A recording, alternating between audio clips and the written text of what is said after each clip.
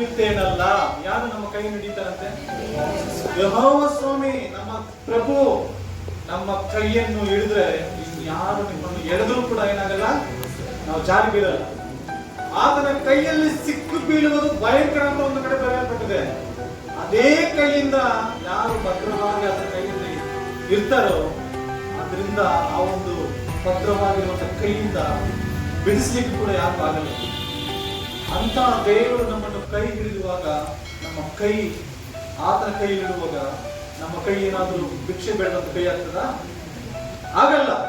ಯಾಕಂತಂದ್ರೆ ಆತನು ನಮ್ಮ ಕೈಯನ್ನು ಹಿಡಿದಿದ್ದಾನೆ. ಆತನ ಕೈಯಲ್ಲಿ ಸಕಲ ಐಶ್ವರ್ಯ, ಸಕಲ ಆಶೀರ್ವಾದ ಯಾರಿಗಿದೆ? ದೇವರ ಕೈಯಲ್ಲಿ. ಆತನು ಬೇಕಾದವನಿಗೆ ಕೊಡುತ್ತಾನೆ. ಬೇಕಂದ್ರೆ ಕೊಡ್ತಾನೆ, ಬೇಕಂದ್ರೆ ಕೊಡೋದಂದ್ರೆ ನೀವೇನು ಚಿಂತೆ ಮಾಡ್ತೀರಾ?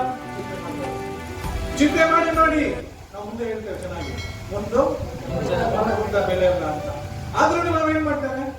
ನಾನು ಕೂಡ ಚಿಂತೆ ಮಾಡ್ತೇನೆ. ಆ ಒಂದು ಭಾವನೆ ಬರ್ತದೆ.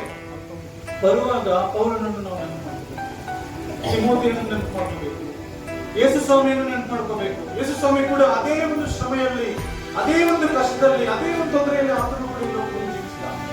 ಆತನನ್ನು ನಾವು ನೆನಪು ಮಾಡ್ಕೋಬೇಕು. ಯಾಕೆ ನೆನಪು ಮಾಡ್ಕೋಬೇಕಂತಂದ್ರೆ ಆತನೇ ನಮಗೆ ಶಕ್ತನಾಗಿರುವಂತ. ಆತನಿಲ್ಲದೆ ಯಾರು ನಮಗಿಲ್ಲ. ಏನು ಈ ಲೋಕದಲ್ಲಿ ನಡೆಯಲ್ಲ ಅಲ್ವಾ?